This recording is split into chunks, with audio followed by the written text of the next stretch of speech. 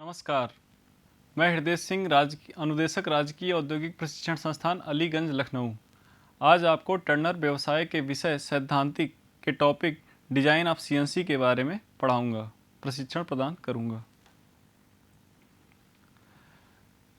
NC और CNC मशीनों का डिजाइन। ऐसी मशीनों को अति परिशुद्ध बनाया गया है तथा इन मशीनों पर आम मशीनों की अपेक्षा अधिक मोटे कट लगाए जाते हैं। इसीलिए इन मशीनों की बेड और स्लाइडिंग पार्ट्स अधिक सुदृढ़ बनाए जाते हैं।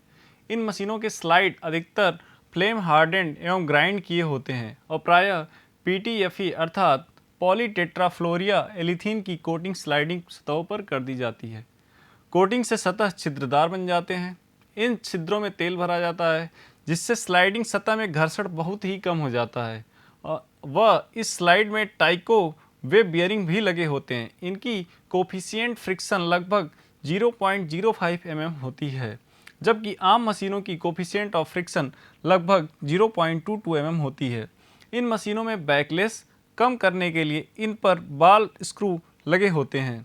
इन मशीनों में कार्य की स्पीड व स्लाइडिंग की फीड को कम चाल से उच्च चाल पर चलाने के लिए हाइड्रोलिक मोटर, रेक्टिफायर द्वारा कंट्रोल डीसी मोटर लगी होती है या एसी की वेरिएबल मोटर भी प्रयोग की जाती है। तो एनसी और सीएनसी मशीन की डिज़ाइन के बारे में आप देखेंगे। इनको अधिक एक्यूरेट बनाया जाता है, परिशुद्ध बनाया गया है। इन मशीनों पर आम मशीनों की अपेक्षा अधिक मोटे कट लगाए जाते हैं, अर्थात आप ज़्यादा डेप्थ ऑफ कट यूज कर सकते हैं। इन मशीनों की बेड और स्लाइडिंग पार्ट्स अधिक सुदृढ़ बनाए रखने के लिए अधिक सुदृढ़ बने होते हैं, ज़्यादा रिजिड होते हैं। इन मशीनों के स्लाइड अधिकतर फ्लेम हार्डेंड होते हैं, फ्लेम हार्डेंड एवं ग्राइंड किए होते हैं और प्रायः पीटीएफई अर्थात पॉलीटेट्राफ्लोरिया एलिथीन की कोटिंग स्लाइडिंग की सतहों पर होती है, जिस कोटिंग से छिद्रदार बन जाते हैं। सतह क्या होंगे? छिद्रदार बन जाएंगे। इन छिद्रों में तेल भरा होता है जिससे स्लाइडिंग सतहों में घर्षण फ्रिक्शन कम हो जाता है। इन स्लाइडों में टाइको वे बियरिंग भी लगे होते हैं। इनकी कोफिशिएंट ऑफ फ्रिक्शन 0.05 mm होती है, जबकि आम मशीनों में कोफिशिएंट ऑफ फ्रिक्शन 0.22 mm होती है। इन मशीनों में बैकलेस कम करने के लिए इन पर बॉल स्क्रू लगे होते हैं, बॉल स्क्रू। इन मशीनों में कार्य की स्पीड व स्लाइडों की फीड कम चाल से उच्च चाल पर चलाने के लिए हाइड्रोलिक मोटर, रेक्टिफायर द्वारा कंट्रोल डीसी मोटर या एसी की वेरिएबल मोटर का भी प्रयोग किया जाता है। एनसी मशीन के मुख्य भाग कौन कौन से हैं? NC machine control system, drive unit, feedback व सर्वोकलपुर्जे, मैग्नेटिक बॉक्स या विद्युत चल संयंत्र, ऑपरेटर कंट्रोल, मैनुअल कंट्रोल या मैनुअल कंट्रोल। तो एनसी मशीनों के parts: NC machine, control system, drive unit, feedback या सर्वोकलपुर्जे, मैग्नेटिक बॉक्स या विद्युत चालित संयंत्र, ऑपरेटर कंट्रोल या मैनुअल कंट्रोल, ये पार्ट्स होते हैं। कंट्रोल सिस्टम कैबिनेट ए में एक रीडर, कंट्रोल सिस्टम कैबिनेट ए में लगा एक रीडर एवं पंच टेप को पढ़ता है। कंट्रोल सिस्टम क्या काम करेगा? कैबिनेट ए में लगे रीडर व पंच टेप को पढ़ेगा। यहाँ पे आपका कंट्रोल सिस्टम है कैबिनेट ए में और यह क्या काम करेगा? रीडर पंच को पढ़ता है, जिसमें उसमें भरे संकेतों को इलेक्ट्रॉनिक विधि द्वारा विद्युत तरंगों में बदलकर एनसी मशीन के ड्राइव यूनिट को आज्ञा देता है। कंट्रोल सिस्टम रीडर पंच टेप को पढ़ने के पश्चात इन संकेतों को इलेक्ट्रॉनिक विधि द्वारा विद्युत तरंग अर्थात इलेक्ट्रिक सिग्नल में बदलकर एनसी मशीन के ड्राइव यूनिट को इंस्ट्रक्शन देगा, अर्थात आज्ञा देता है। इलेक्ट्रॉनिक कंट्रोल कैबिनेट को मैग्नेट बॉक्स बी के नाम से जाना जाता है। जो निर्देश सिग्नल ड्राइव यूनिट को दिए जाते हैं वह मशीन चाल की लंबाई और गति को निर्धारित करता है। प्रायः सर्वो मैकेनिज्म में विद्युत मोटर या हाइड्रोलिक रैक लगी होती है और यह सर्वो मैकेनिज्म ही मशीन की विभिन्न चालों और गति को कंट्रोल करता है तथा जो कमांड सिग्नल मैग्नेट बॉक्स को दिए जाते हैं उसके द्वारा मशीन के दूसरे ऑपरेशन किए जाते हैं, जैसे स्पिंडल मोटर को चलाना, रोकना, स्पिंडल की स्पीड चुनना, टूल को क्रमबद्ध बदलना और कूलेंट को चलाना इत्यादि। तो सबसे पहले कैबिनेट ए जिसमें कंट्रोल सिस्टम है वह लगे पंच टेप को स्टडी करेगा, पढ़ेगा और उस में जो इंस्ट्रक्शन होंगे उनको इलेक्ट्रॉनिक सिग्नल में कन्वर्ट करेगा और सिग्नल में कन्वर्ट करके वो इंस्ट्रक्शंस देगा। फिर वो मैग्नेट बॉक्स बी के पास जाएगा और वहाँ से फिर ऑपरेशन के लिए सी के पास जाएगा और सी में जो है आपका मशीनों के ऑपरेशन के लिए जैसे स्पिंडल मोटर को चलना है या रुकना है, स्पिंडल की स्पीड क्या होगी, टूलों का क्रमबद्ध बदलना और कूलेंट को चलाना इत्यादि। अर्थात कौन से ऑपरेशन के बाद कौन सा टूल चलेगा इसका भी डिसाइड होगा और कौन से टूल को कब यूज करना है वो भी यहाँ पे डिसाइड होगा। एनसी प्रणाली का वर्गीकरण। तो एनसी प्रणाली का जो वर्गीकरण है वो दो चीज़ों को लेता है। पहला कंट्रोल प्रणाली पर आधारित होता है और दूसरा फीडबैक पर आधारित होता है। कंट्रोल प्रणाली 3 प्रकार की होगी, बिंदु से बिंदु तक, सीधी रेखा अथवा सीधे कट वाली और लगातार या आड़ी टेढ़ी या पर्वतीय आकार की। लगातार एवं आड़ी टेढ़ी या पर्वतीय आकार की। जो पॉइंट टू पॉइंट कंट्रोल होगा वो उसे बिंदु से बिंदु तक बोलते हैं, वो एनसी प्रणाली है पॉइंट टू पॉइंट कंट्रोल। दूसरा है पॉइंट टू लाइन कंट्रोल और थर्ड वन इज कंटूरिंग। तो कंट्रोल प्रणाली पे 3 चीज़ें हैं, point two point, point two line एवं कंटूरिंग। फीडबैक पर आधारित। फीडबैक में ओपन लूप एनसी प्रणाली एवं क्लोज लूप एनसी प्रणाली, इनके बारे में आपको बताया जाएगा। कंट्रोल प्रणाली पे आधारित। कंट्रोल प्रणाली पहला पॉइंट टू पॉइंट, बिंदु से बिंदु तक एनसी प्रणाली। इस प्रणाली के अंतर्गत टूल केवल विशेष स्थानों पर ही कार्य करता है। टूल को दूसरी स्थिति में आने पर जॉब पर किसी प्रकार का प्रभाव नहीं पड़ता है। इस विधि को ड्रिलिंग मशीन पर अपनाया जाता है। इस प्रणाली के अंतर्गत टूल केवल विशेष स्थानों पर ही कार्य करता है। टूल केवल विशेष स्थानों पर ही कार्य करता है, अर्थात वो एक टूल जो होगा, हमारा जो स्पिंडल होगा, वो टूल अगर सपोज एक पॉइंट पे ड्रिल कर रहा है तो यहाँ से उठकर दूसरे पॉइंट पे जाएगा और यहाँ पे ड्रिल करेगा। अर्थात ये पॉइंट टू पॉइंट ऑपरेशन करता है।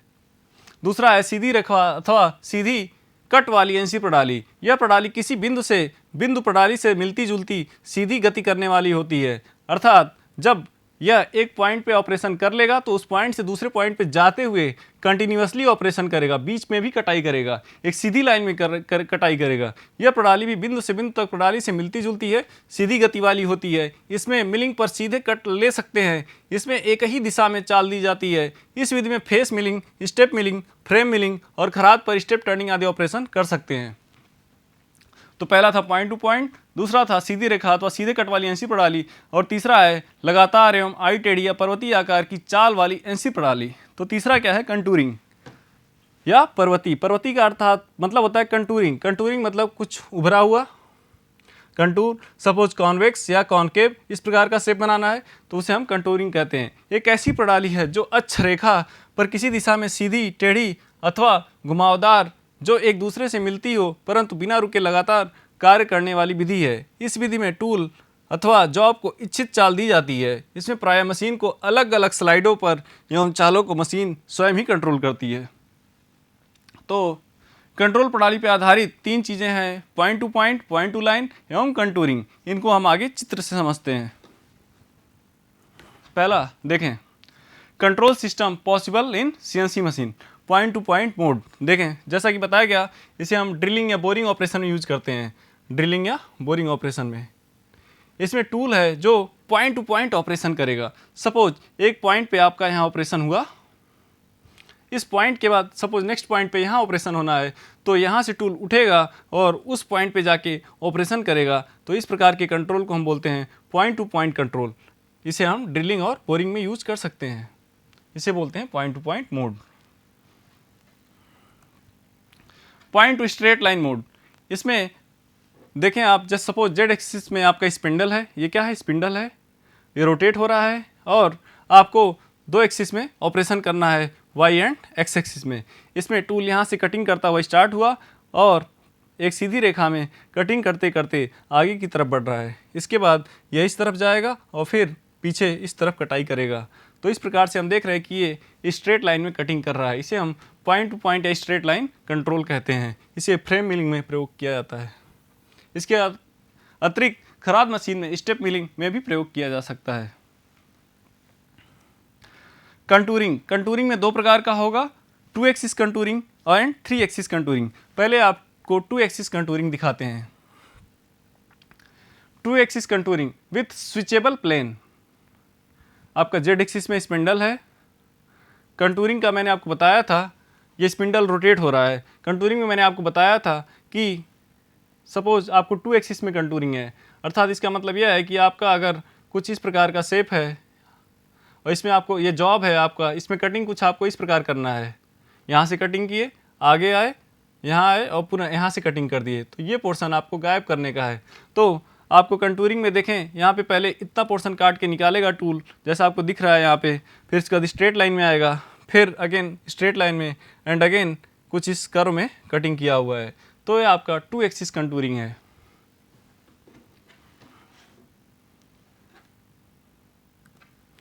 थ्री एक्सिस कंटूरिंग, 3 एक्सिस में 2 एक्सिस वाई एंड एक्स के अतिरिक्त जेड एक्सिस में भी कुछ मोशन होगा। ये आपका स्पिंडल है, ये रोटेट हो रहा है। अब सपोज आपको कुछ इस प्रकार का शेप बनाना है, कटिंग आपका ये जॉब है और इस जॉब में सपोज आपका ये जॉब है, अब इसमें आपको कटिंग करनी है।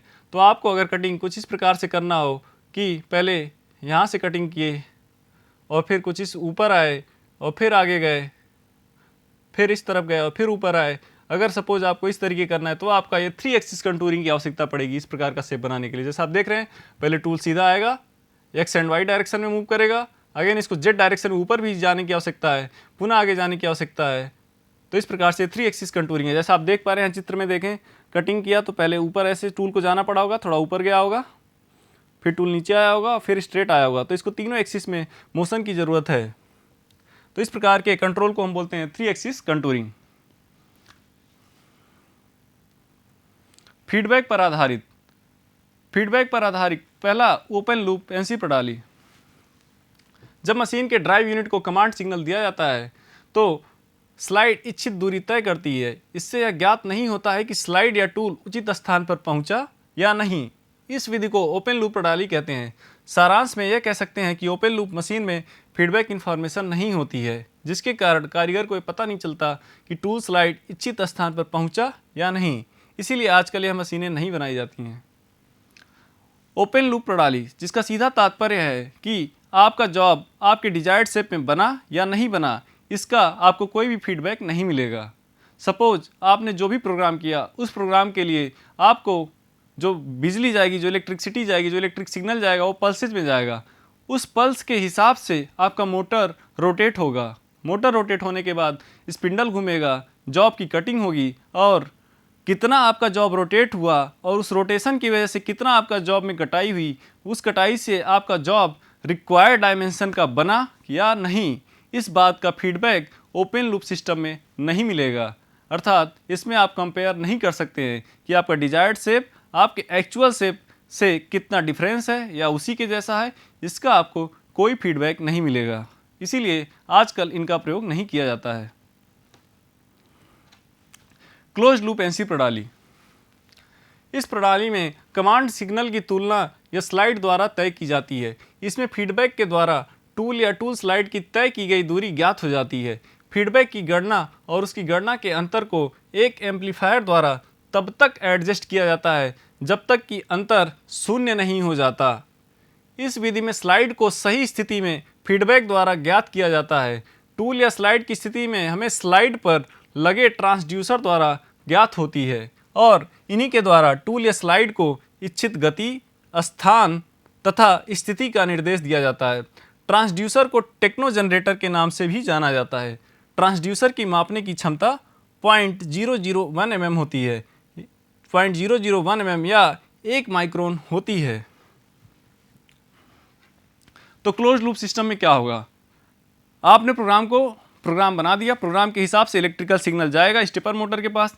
स्टेपर मोटर के पास जब सिग्नल जाएगा और स्टेपर मोटर रोटेट होगा, उस रोटेशन की वजह से स्पिंडल रोटेट होगा, आपके जॉब में ऑपरेशन होगा। ऑपरेशन के बाद आपके जॉब का क्या शेप बना, वो रिक्वायर्ड शेप से कितना डिफरेंट है या उसी के जैसा है, इसका फीडबैक आपको वापस से मिलेगा और आप उसे एम्पलीफायर की सहायता से तब तक एडजस्ट करेंगे जब तक एक्चुअल शेप और डिजायर्ड शेप में डिफरेंस खत्म नहीं हो जाएगा। सपोज आपने एक पल्स भेजा, उस एक पल्स के हिसाब से आपका स्पिंडल रोटेट हुआ, आपके जॉब में ऑपरेशन हुआ और वो 0.5 mm, 0.005 mm कम है, तो नेक्स्ट टाइम आप इलेक्ट्रिकल सिग्नल ट्रांसड्यूसर कंपेयर करके उससे थोड़ा ज़्यादा भेजेगा और आपका रिक्वायर्ड शेप और ज़्यादा एक्यूरेट हो जाएगा। Basic CNC principles. Basic CNC principle में देखें आपको दोनों लूप्स दिखाए हुए हैं। एक है आपका two types of motion, first one is open loop and second one is closed loop. आप फर्स्ट लूप की बात करें तो आपका स्टेपर मोटर है। आप जो भी प्रोग्राम बनाएंगे उस प्रोग्राम को इलेक्ट्रिकल सिग्नल में कन्वर्ट किया जाएगा और इलेक्ट्रिकल सिग्नल में कन्वर्ट करके पल्स में इलेक्ट्रिसिटी को भेजा जाएगा स्टेपर मोटर के पास। स्टेपर मोटर के हिसाब से स्पिंडल रोटेट होगा, यहाँ पे दिखाया हुआ है रोटेशन ऑफ लीड स्क्रू। उस स्क्रू के हिसाब से आपका वर्क टेबल आगे या पीछे होगा और ऊपर में आपका ये स्पिंडल है, इसमें कटिंग होगा। अब कटिंग के बाद आपका जो जॉब है कितना कटाई हुआ वो एक्यूरेट है, इनएक्यूरेट है या कितना डिफरेंस है, इसका फीडबैक आपको ओपन लूप सिस्टम में नहीं मिलेगा। अगेन आप देखें आपको क्लोज लूप में यहाँ पे कंपरेटर लगा हुआ है, उसके बाद डीएससी है, सर्वो मोटर है, वर्क टेबल है और यहाँ से ऑप्टिकल इनकोडर है। ऑप्टिकल इनकोडर इसको कितना रोटेट हुआ और उसके बाद क्या जॉब बना, क्या डिस्प्लेसमेंट हुआ, वो रिक्वायर्ड के हिसाब से एक्यूरेट है कि नहीं है, इसका फीडबैक सिग्नल मिलेगा और यह सिग्नल अगेन कंपैरेटर में कंपेयर किया जाएगा। अगर सपोज आपकी एक्यूरेसी नहीं है तो अगले जॉब में उसके हिसाब से इलेक्ट्रिकल सिग्नल को मॉडिफाई करके कम या ज़्यादा वो नेक्स्ट टाइम अगेन नया सिग्नल देगा जो कि सर्वो मोटर की सहायता से होगा और अगेन फिर आपको रिक्वायर्ड एक्यूरेसी प्राप्त होगी। इसीलिए closed loop is better than open loop. Stepper motor, जो स्टेपर मोटर हम यूज कर रहे हैं वह क्या होता है उसके बारे में देखते हैं। The stepper motor is special type of synchronous motor which is design to rotate through a specific angle called step for each electrical pulse received from the control unit. Suppose control unit से आपको एक pulse की बिजली मिली, control unit से आपको एक pulse की बिजली मिली और उस एक पल्स में आपको 10 डिग्री रोटेट होता है आपका स्टेपर मोटर। तो इस प्रकार आपको कितने पल्स बिजली की ज़रूरत है कंप्लीट रोटेशन के लिए। अगर कंप्लीट रोटेशन की बात करें तो वो 360 डिग्री होगा और ये 10 डिग्री है तो 360 के लिए आपको कितने पल्स बिजली की ज़रूरत है वो आप कैलकुलेट कर सकते हैं। तो 360 divide by 10 and that will be 36 pulse. तो आप 36 पल्स भेजेंगे तो आपका रोटेशन कंप्लीट हो जाएगा। तो स्टेपर मोटर वो होता है जो आपके भेजी हुई बिजली के हिसाब से रोटेशन करता है एक एंगल पर। BLU basic length unit. In NC machine the displacement length पर one pulse output from the machine is defined as the basic length unit. इसका मतलब क्या है? इसका तात्पर्य यह है कि आपके जो पल्स आए, सपोज आपने एक पल्स की बिजली भेजी और उस एक पल्स की बिजली की वजह से आपका स्टेपर मोटर रोटेट हुआ, जो भी रोटेट हुआ, सपोज 1 डिग्री रोटेट हुआ, तो इस 1 डिग्री रोटेशन के लिए आपका जो टेबल है, ये डिग्री है, ये डिग्री का सिंबल है। अब इस स्टेपर मोटर के 1 डिग्री रोटेशन की वजह से आपका टेबल कितना mm लीनियर डिस्प्लेसमेंट होगा, टेबल लीनियर डिस्प्लेसमेंट होगा, उसे हम बोलते हैं बेसिक लेंथ यूनिट। अर्थात मोटर आपका एंगुलर रोटेशन होगा और उस एंगुलर रोटेशन की वजह से आपका लीनियर डिस्प्लेसमेंट कितना होगा उसे हम बोलते हैं BLU या basic length unit.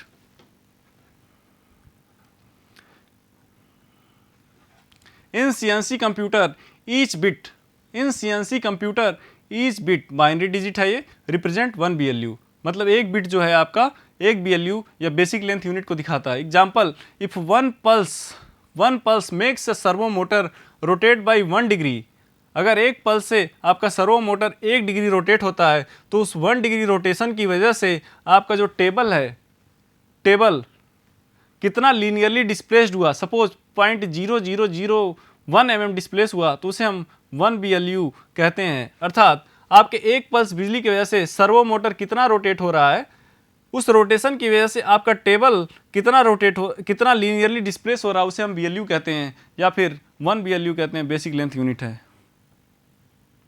The lead of the ball screw is related to the displacement unit of the machine tool table. Coordinate system. जब भी आप कोई भी CNC मशीन में आप कुछ भी प्रोग्रामिंग कर रहे हैं तो उसके लिए आपको कोऑर्डिनेट सिस्टम जानना बहुत ज़रूरी है। वो इस प्रकार है, all the machine tools use the Cartesian coordinate system. हमारे पास 2 कोऑर्डिनेट सिस्टम होते हैं, एक कार्टिजन कोऑर्डिनेट सिस्टम और एक पोलार सिस्टम। तो हम कौन सा सिस्टम यूज करते हैं? Cartesian coordinate system. The first axis to be identified is the Z axis, this is followed by the X and Y axis respectively. तो आपका पहला एक्सिस जो होता है वो जेड एक्सिस होता है, जो कि फॉलो किया जाता है एक्स एंड वाई एक्सिस से। एक्सिस डेजिग्नेशन, यह एक्सिस डेजिग्नेशन के बारे में बताया हुआ है। Axis designation for horizontal Z axis, अभी आप हॉरिजेंटली जेड एक्सिस के रिस्पेक्ट में आप एक्सिस डेजिग्नेट कर रहे हैं, तो this is Y and this is X, यहाँ पे जेड एक्सिस दिखाया हुआ है। Axis designation with for the vertical Z axis, यहाँ पे जेड एक्सिस को वर्टिकली लिया गया है, इसके रिस्पेक्ट में एक्स एंड वाई है। Absolute and incremental coordinate system, absolute and incremental coordinate system. Absolute का मतलब होता है कंप्लीट, पूरा, और इंक्रीमेंटल का तात्पर्य है कि पॉइंट्स में। सपोज आपको कोऑर्डिनेट सिस्टम दिया हुआ है, इस कोऑर्डिनेट सिस्टम में आपको बोला गया कि this is Z axis, this is X and this is Y. आपको बोला गया कि आपको 1 and 1 पॉइंट 1 and 1 को रिप्रेजेंट करिए, अर्थात एक्स एक्सिस पे 1 एंड वाई एक्सिस पे 1, और आपने एक पॉइंट यहाँ पे दिखा दिया, दिस इज 1 and 1। लेकिन आपको नेक्स्ट पॉइंट दिया गया एक्स एक्सिस पे 1 एंड वाई एक्सिस पे 3.5, तो आपका नेक्स्ट पॉइंट 1 होगा और वाई एक्सिस पे 3.5 यहाँ कहीं होगा, then this will be your next point 1 and 3.5।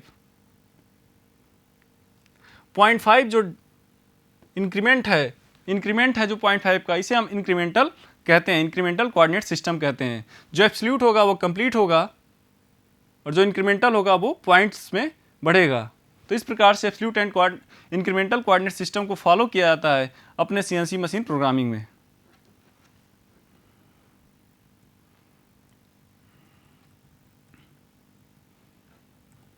Steps, क्या क्या स्टेप्स हमको फॉलो करने चाहिए? सपोज आपको एक सीएनसी पार्ट प्रोग्रामिंग करनी है, तो इनमें किन किन स्टेप्स को फॉलो करना है? पहला है प्रोसेस प्लानिंग, दूसरा एक्सिस सिलेक्शन, तीसरा है tool selection, cutting process parameter planning, job and tool setup planning, machining path planning, part programme writing, part programme proving. तो आपको सबसे पहले प्रोसेस को प्लान करना पड़ेगा, आपको किन किन प्रोसेस से गुजरना है वो आप प्लान करेंगे। सपोज आपको टर्निंग करना है, मिलिंग करना है, ड्रिलिंग करना है, किन किन प्रोसेस को करना है वो आप यहाँ पे करेंगे। नेक्स्ट है सीएनसी प्रोग्रामिंग। सीएनसी प्रोग्रामिंग के लिए आपको किन किन बिंदुओं को, किन किन बातों को आपको जानना अनिवार्य है? Coordinate system, unit incremental absolute positioning, coordinates, feed rate and spindle speed, control, coolant system आपको कौन सा रखना है, फ्लड वाला रखना है कि मिस्ट वाला रखना है, tool control, tool and parameters. कुछ की लेटर्स हैं जिनका प्रयोग करते हैं प्रोग्रामिंग के लिए, जैसे और प्रोग्राम नंबर के लिए ओ, सीक्वेंस नंबर के लिए एन, जी प्रिपरेटरी फंक्शन है, एक्स वाई, ये सारे वर्ड्स हैं यहाँ पर आगे लिखे हुए हैं कि किन किन वर्ड्स का किन किन उद्देश्य में प्रयोग किया जाता है। इन सबको एक्सिस डिजिग्नेशन में यूज करते हैं हम, इसको रेडियस, फीड रेट, स्पिंडल, ये सारे डिजिग्नेशन के बारे में है। जी कोड कुछ इंपॉर्टेंट जी कोड आपको दिए हुए हैं, जैसे G0 rapid traverse, G0 linear, G02 circular interpolation clockwise, circular interpolation counter clockwise, G04 dwell, G17 XY plane, G18 XZ plane and YZ plane. इसके अतिरिक्त कुछ और भी हैं, G20 G70 inch, G21 G71 metric, absolute return difference G28, G40 cutter composition cancel, cutter composition left right and pulses 41, 42 and 43। ये कुछ आपके important जी codes दिए हुए हैं। स्पेसिफिकेशन, अपनी आवश्यकता के अनुसार हम मशीन को स्पेसिफिकेशन सेलेक्ट करते हैं। मशीन की कैपेसिटी क्या चाहिए, यूनिट क्या चाहिए, साइज क्या चाहिए। कैपेसिटी के बारे में आपका उसका बेड, टर्निंग डायमीटर, डिस्टेंस, ये सारी चीज़ें दी हुई हैं, और इनका साइज क्या होगा 350, 135 ये यहाँ पर दिया हुआ है। स्पिंडल किस प्रकार का लेना है, स्पिंडल की नोज कैसी होगी, मैक्सिमम स्पिंडल स्पीड क्या होगी, स्पिंडल पावर क्या होगा, टाइप ऑफ ड्राइव क्या होगा, चक साइज क्या होगा, चक टाइप क्या होगा, स्पिंडल, ये सारी स्पेसिफिकेशन यहाँ पर दी हुई हैं। एक्सिस किस प्रकार से रोटेट कराना, ये सारी चीज़ें यहाँ पर आपको मिल जाएंगी।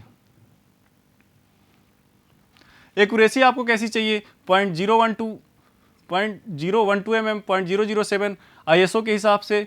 कौन सा सीएनसी कंट्रोल सिस्टम आप यूज कर रहे हैं, फेनेक या फिर सेमेंस, ये यहाँ पे मिल जाएगा। सिस्टम रिजोल्यूशन क्या है ये भी यहाँ पे मिल जाएगा। मोटर एंड ड्राइव्स मिल जाएंगे, टूल नंबर डिस्प्ले मिल जाएगा, machine control panel, MPG, CNC feature, power sources, ये सारी चीज़ें यहाँ पर आपको मिल जाएंगी।